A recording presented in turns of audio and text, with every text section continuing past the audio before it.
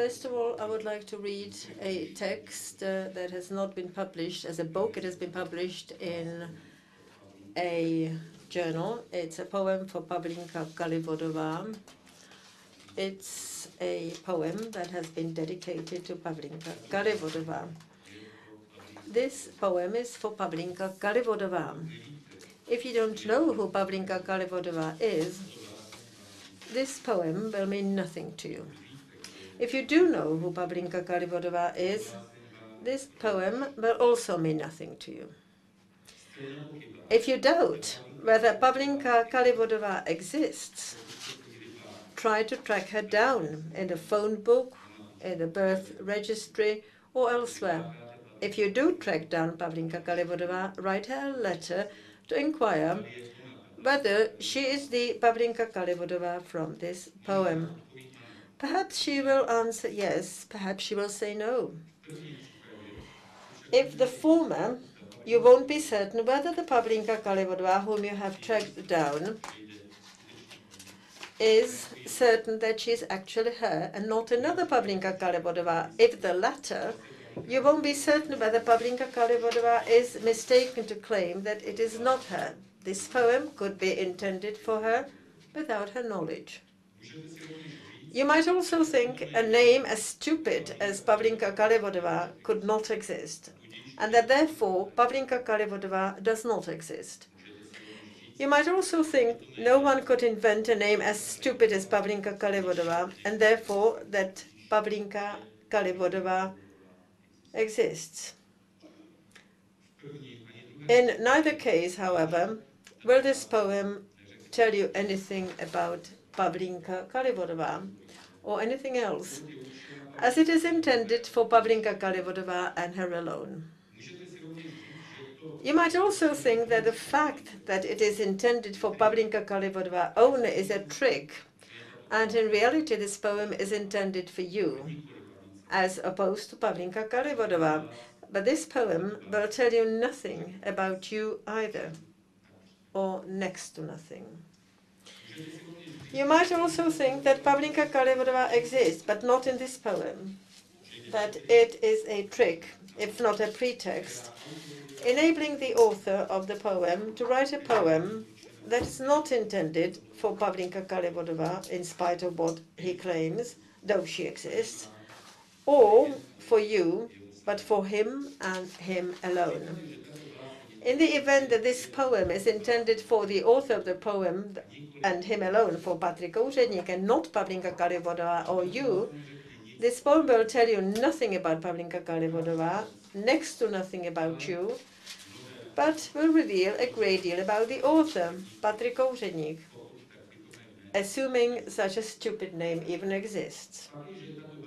If this poem is in fact intended for the author Patrik Ourednik and not Pavlinka Kalivodová, the question arises whether Pavlinka Kalivodová, even if in fact she does not exist in this poem, and this poem is not intended for her, in spite of what the author claims, whether she exists in the author's real life, or whether she is merely a pretext or a trick.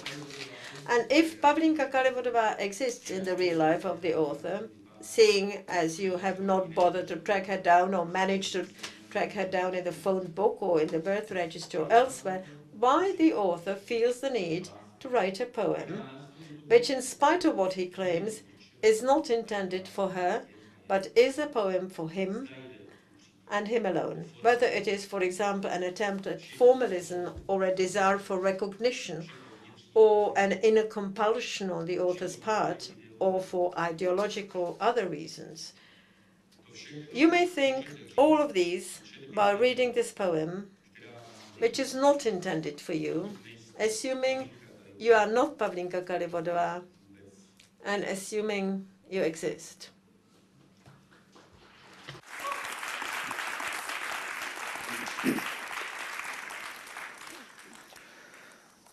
Z knihy Rok na 24.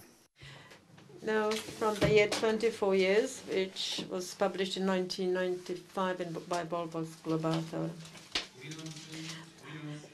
I remember the 22nd or 23rd of August 1968, standing in line at the bakery on Strasmarer Square for 2 hours till my sister came to replace me. I remember she didn't come, so I left the line and got scolded at home. I remember leaving the line mainly so I would have time before lunch to read some of the graffiti that people had put on the walls. I remember "Down with the occupiers," "Dubček, don't give up," "With the Soviet Union forever, but not an hour longer," and "We've got no pedals, hands off our girls." I also remember one saying "An elephant can't swallow a hedgehog," which I didn't really understand, and another one which I especially liked, "Buy a comb, these are lousy times."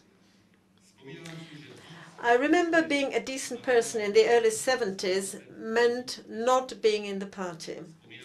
I remember this gradually ceasing to be true until a decent person could also be someone who joined the party just for show.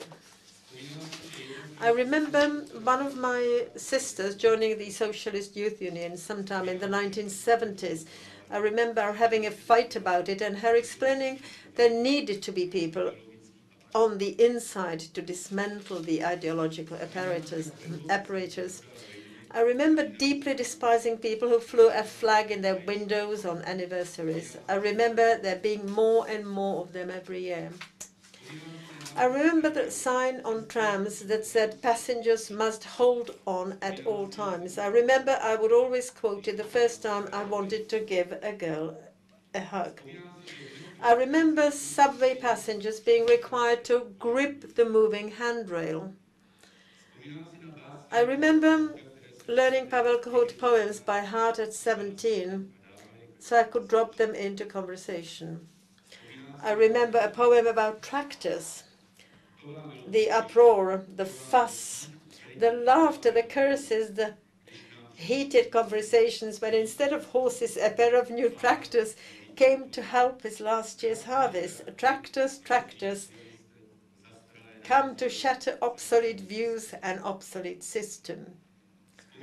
I remember older people pronouncing USSR, SSR, while later generations said SSR. I remember socialist morality, socialist thought, socialist manufacturing, the broad working masses, the victorious working masses, socialism with a human face, the radiant future, the jubilant future, the future that rests in our hands and our hands only, tomorrow in arm's reach, our worldview, the indomitable will of the workers, the working intelligentsia, the working masses, déclassé elements, anti-socialist elements, eternal grumbling, embittered revanchists, right-wing opportunists whose wheat won't grow here, rancorous enemies of our socialist system, blighted shoots of socialism, a portion of youth. I remember a story about a newspaper kicking a proofreader off the staff for missing a mistake in the radio schedule. Instead of program on V.I. Lenin, it said pogrom on V.I. Lenin. I remember a story about the head of Pankraz prison getting in trouble for putting a welcome sign over the gate on the occasion of an official visit from the USSR. I remember the workers of the Tatra lorry plant taking a pledge to produce 10 extra chassis to celebrate Vladimir Remek's flight in space. I remember Vladimir Remek's space flight being the most beautiful gift our women could have received on International Women's Day. I remember them burning Hrabal's books in Prague in 1975. I remember people comparing Hrabal's officially published books with the Samizdat editions and arguing about what was a stylistic intervention and what was self-censorship. I remember Karel Kryl saying in an interview, "As long as Vasulík isn't allowed to publish, Hrabal is a whore." I remember someone telling me it was easy for him to talk shit. I remember Red Law, the Communist Party daily, publishing an essay about immigrants running away from themselves, which of course is impossible. I remember that in 1989 there were more than 1.5 million members in the Communist Party of Czechoslovakia. Z mé první sbírky poezie vydané My first book of poetry, published under the title Or Else by Volvox Globator Publishing House. I'll say, morning gloom, slurping, hacking, sleeve mouth wiping, sidelong glancing silently askance, and behold, someone's mouth opening anew and differently, and behold, a word escaping the larynx, scraping past the Adam's apple, rising through the throat, sliding along the tongue, crowding past the teeth, dripping from the lip, flowing down the chin, dropping into the soup, and at the last moment, just barely, by a whisker, by a squeak, missing, becoming a grease spot, 2 thumbs thick, turns around and declares, yes, that's more or less what I wanted to say.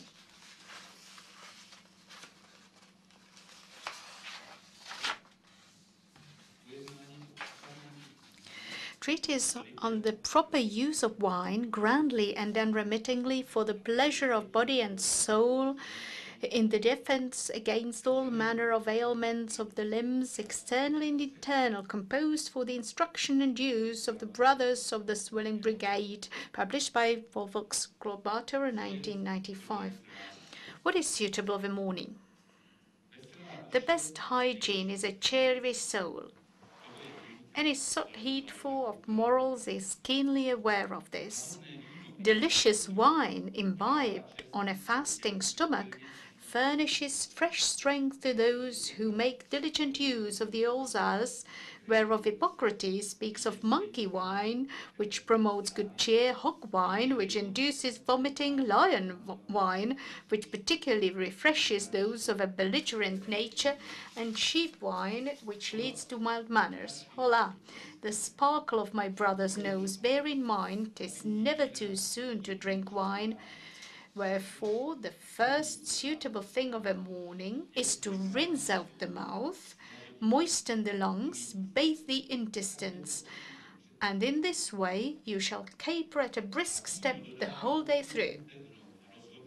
And the whole day through wine shall furnish you with a firm and decisive stool, referred to by the wise Epistemonas Papal, being by its nature infallible. Conversely, he who drinks waste water or other things in the morning shall be of uncertain and shaky anus till the late evening hours, and shall lie down sweaty and have evil dreams. And conversely, he who drinks wine shall have a clear conscience and peace of mind from sundown to sunup, and from one day to the next, and so forth. And wine shall furnish you with a healthy pink urine, sulky as a staghorn. The urine of those who drink water shall be clouded and sulphuric. And wine shall furnish you with a mighty and beauteous member, and you shall fog it at will and gaze upon it in gratitude. Whereas the members of those who drink water shall be filled with bubbles and hiccups, and wine shall fortify your forearm and abdominal muscles, and your legs shall be as masts of a great sailing ship. And conversely, those who drink water shall be sluggish and lacking even in the vigor to lift a flail. Europeana stručné dějiny 20.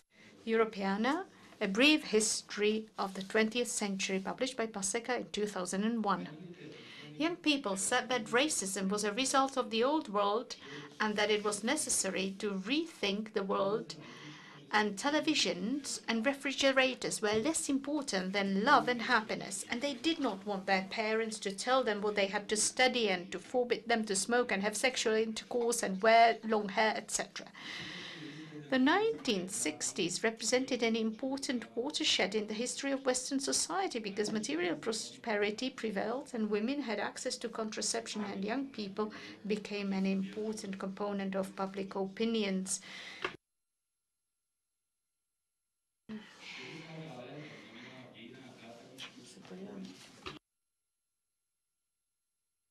And young people became an important component of public opinion, and in time all the citizens started to engage in sport and dress in young fashions and have sexual intercourse in various ways and voice novel and informal ideas.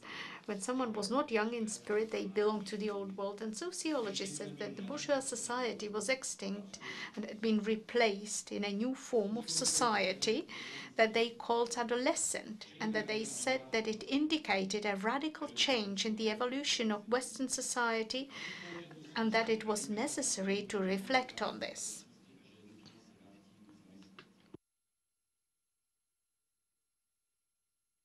And some philosophers said that the cult of youth was one of the silliest things in the history of human intellect, and it was indicative that it was invented by the fascists and communists, and democratic societies were foolish enough to borrow the cult of youth from the fascists and communists.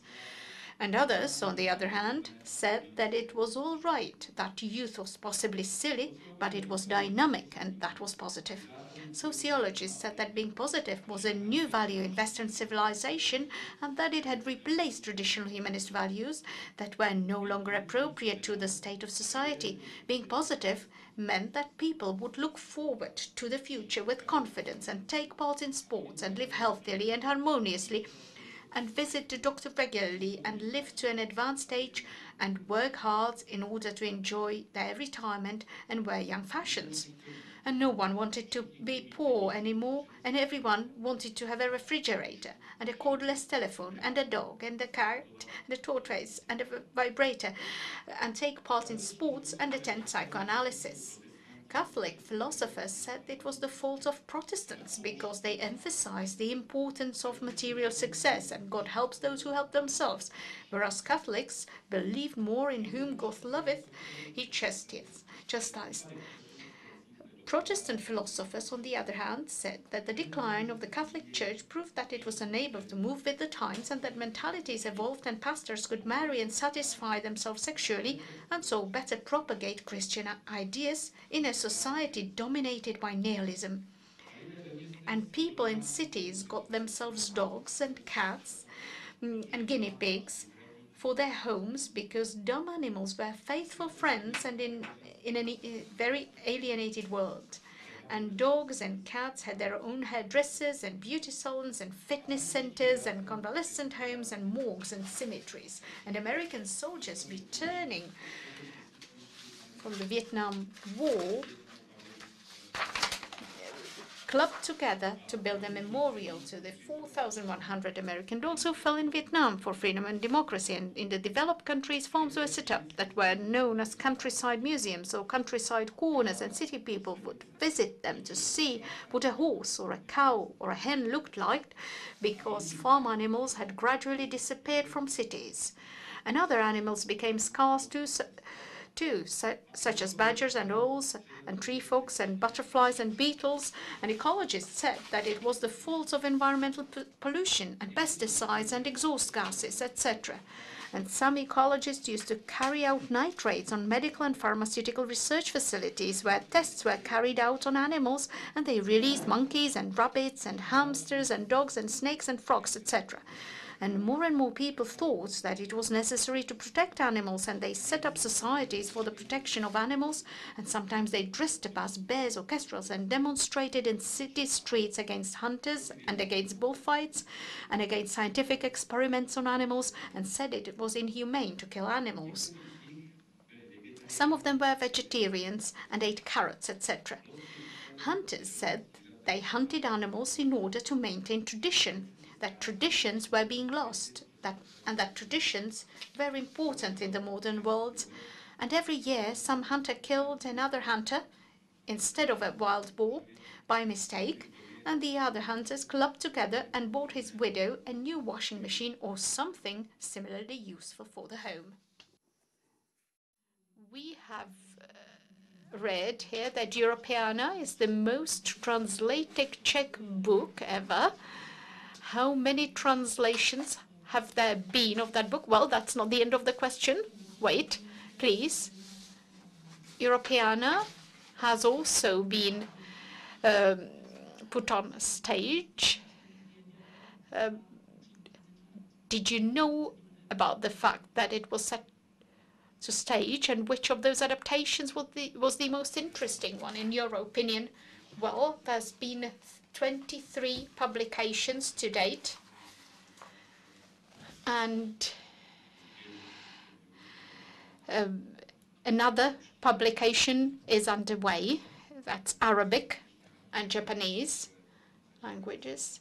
There are other parties and other countries interested, but no contracts yet. Let me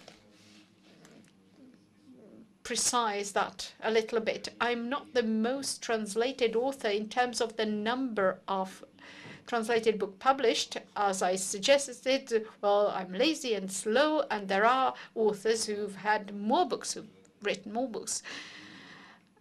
On the other hand, Europeana, if I'm to believe credible sources, that's the book which has been circulated in the highest number of foreign languages. Well, the theatre adaptations, there have been many of those with high variations. It started from one-man show up to a setting with 40 actors on stage at the same time. And that variation, I believe, is determined primarily by the fact that the book does not clearly stipulate who's the narrator. So if you want to set this on stage, you have to think about who narrates the story, not in terms of a character, but in terms of tone and dynamics that you'd like to give your performance, your theatre piece.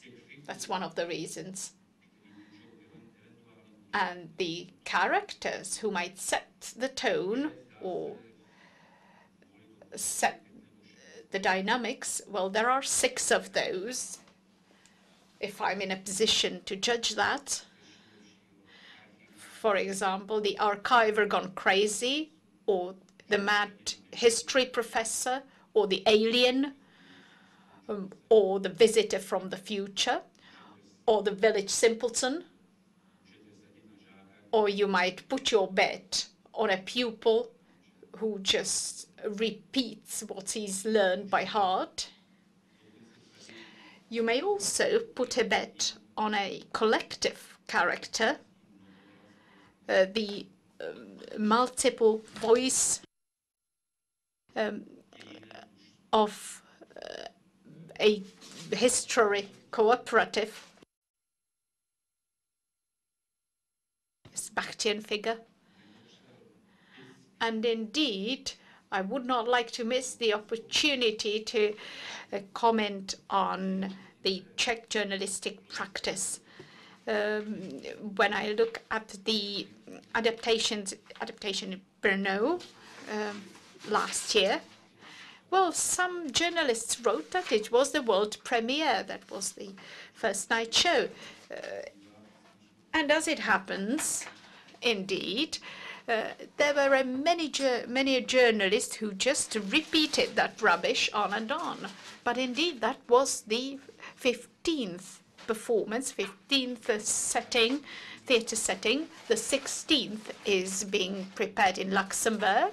The 17th will be shortly ready in Madagascar. So hopefully I'll be able to travel there. So there have been quite a lot of theatre adaptations.